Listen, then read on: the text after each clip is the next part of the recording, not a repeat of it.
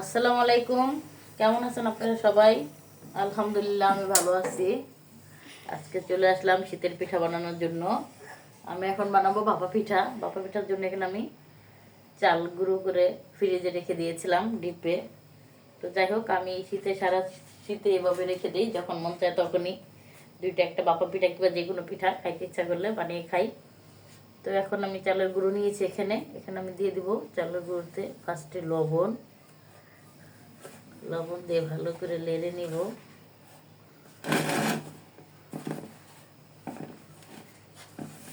ভাপা পিঠা বানানো খুবই সহজ।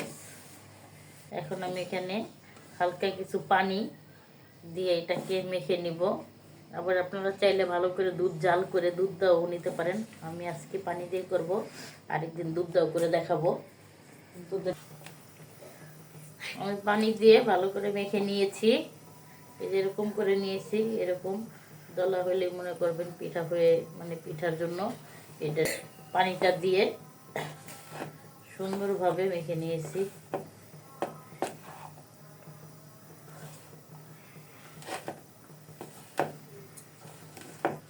আমি ভাপা পিঠার গুঁড়িগুলো চেলে নেওয়ার জন্য আমি এরকম একটা মশারির টুকরো নিয়েছি, ধুয়ে পরিষ্কার করে শুকিয়ে নিয়েছি। এখন আমি এই বলটাকে সুন্দর করে পেঁচিয়ে এভাবে বেঁধে নিব। নিয়ে এভাবে চাতা দিয়ে রাখবো, আর এক হাতে এভাবে দিয়ে এভাবে ঘুরে ঘুরে চেলে নিব খুব সহজে।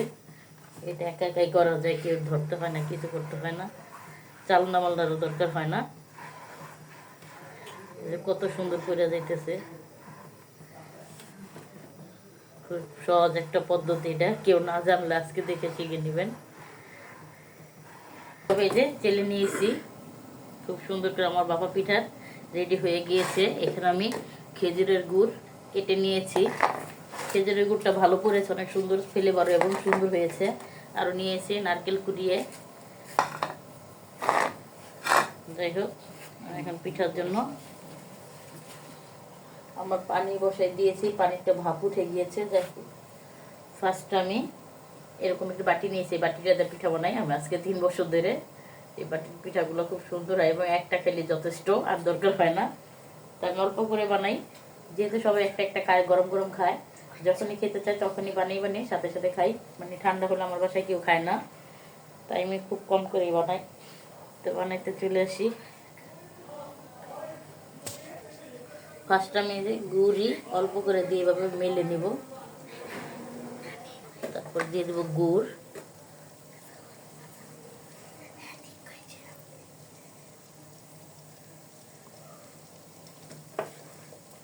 গুড় দিয়ে দিব, বেশি মিষ্টি দিলে খায় না আমার বাসায়, তাই হালকা করে দিব। দিয়ে দেবো নারকেল। তারপর নারকেলটা একটু বেশি লাগে, বেশি না দিলে ভালো লাগে না। তারপর আবার আরেক শেড দিয়ে দিব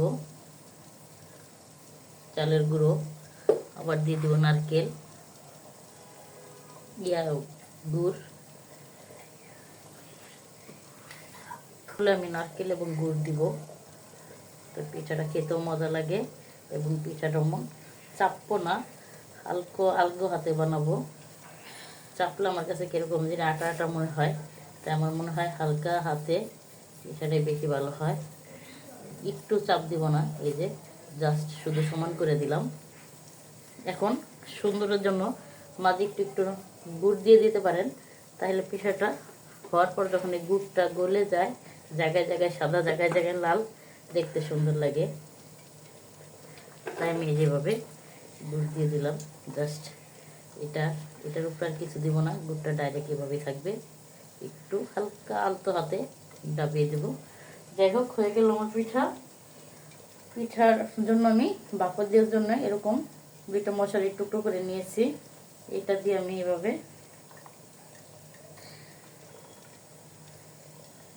এটাতে একটু শুধু চাপ দিব। এটা চাপে আমার পিঠাটা এই যে বাটি থেকে সুন্দর মতো খুলে যাবে, আর বাটিতে আমার করতে হবে না।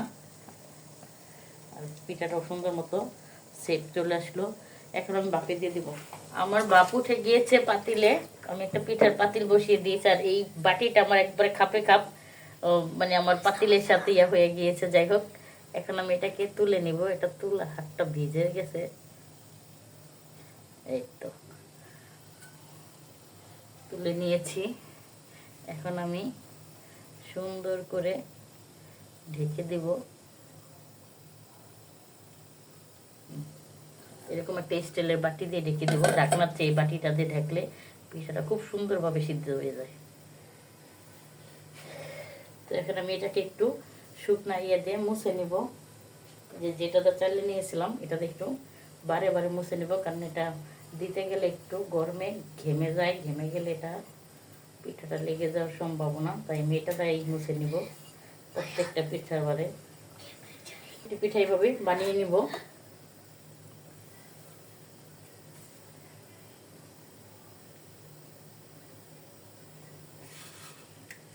দিয়ে দেবো গুড়,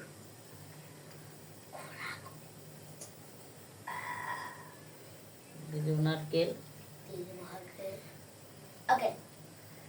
দিয়ে দেবো আবার একটু চালের গুঁড়ো,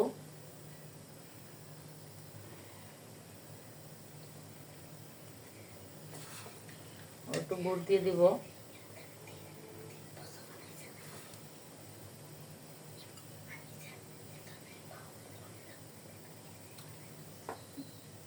দিয়ে দেবো নারকেল,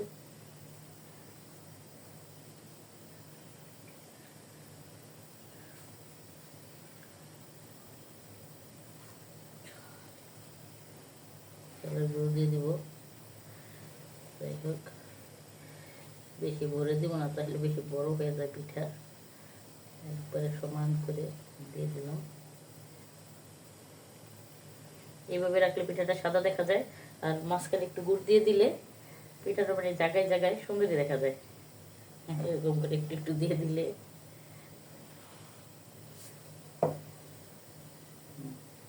ফুলের মতো জায়গাটা সাদা, জায়গাটা লাল, ভালো লাগে দেখতে। তো এরকম আমি আরেকটি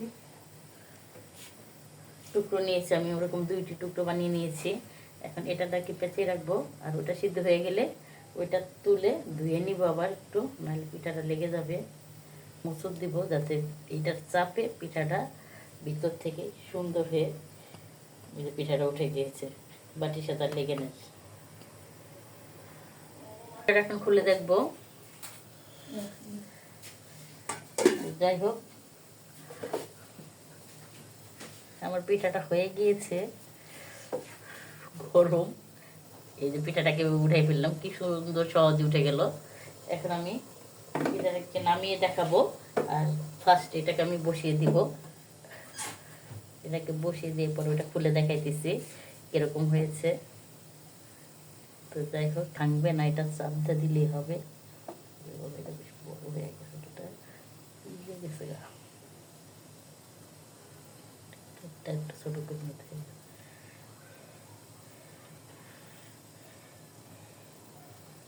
আর ভাঙ্গার চান্স নাই, যেটু ইয়া হয়ে যায় সেটু ঠিক হয়ে লেগে যাবে।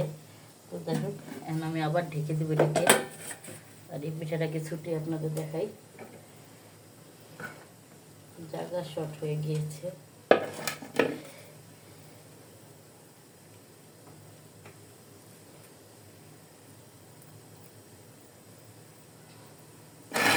এই যে কত সুন্দর হয়ে গিয়েছে আমার পিঠাটা, সুন্দরভাবে সিদ্ধ হয়েছে এবং খুব সুন্দরও হয়েছে।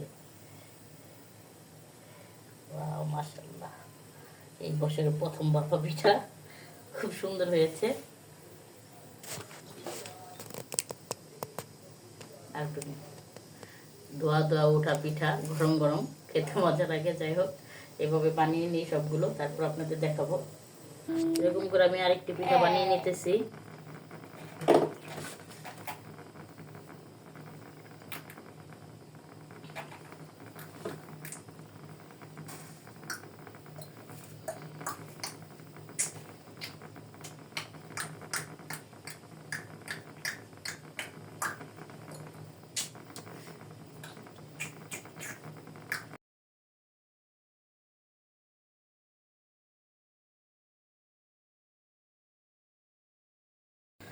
এভাবে বানিয়ে নিলাম। এখন আমি এটাকে আবার পেঁচিয়ে রেখে দিব এটা হওয়ার আগ পর্যন্ত।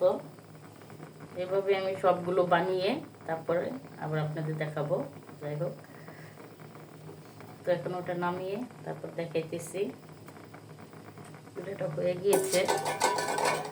খুব সহজে এবং খুবই তাড়াতাড়ি পিঠাগুলো সিদ্ধ হয়ে যায়, হতে একেবারে টাইম কম লাগে।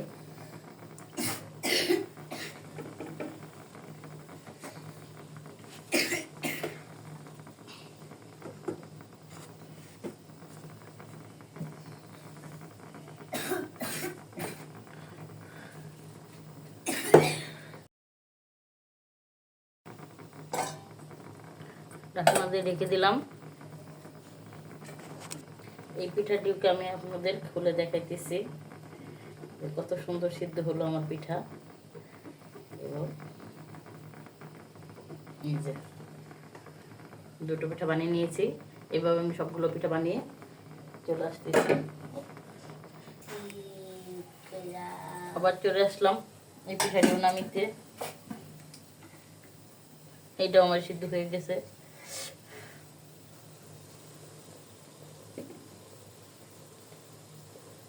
নামিয়ে নিলাম, আরেকটিকে দিয়ে দিলাম,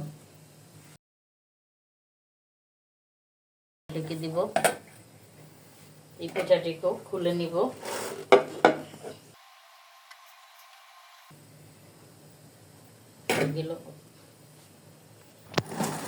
যাই হোক, আমি পিঠাগুলো এইভাবে বানিয়ে নিয়েছি। আর মনে হয় আমার একটা পিঠা হবে, আর একটা ভাপে দিয়ে দিয়েছি। তো এই যে প্রত্যেকটা পিঠাই আমার খুব সুন্দর হয়েছে এবং কোনো একটা পিঠাও একটু ভাঙে নাই, কিছু হয় নাই। আর পিঠাগুলো খুবই সফট হয়েছে।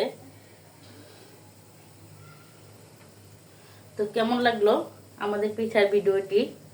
আমাদের পিঠা যদি ভালো লেগে থাকে অবশ্যই আমাদের চ্যানেলটি সাবস্ক্রাইব করে আমাদের পাশে থাকবেন।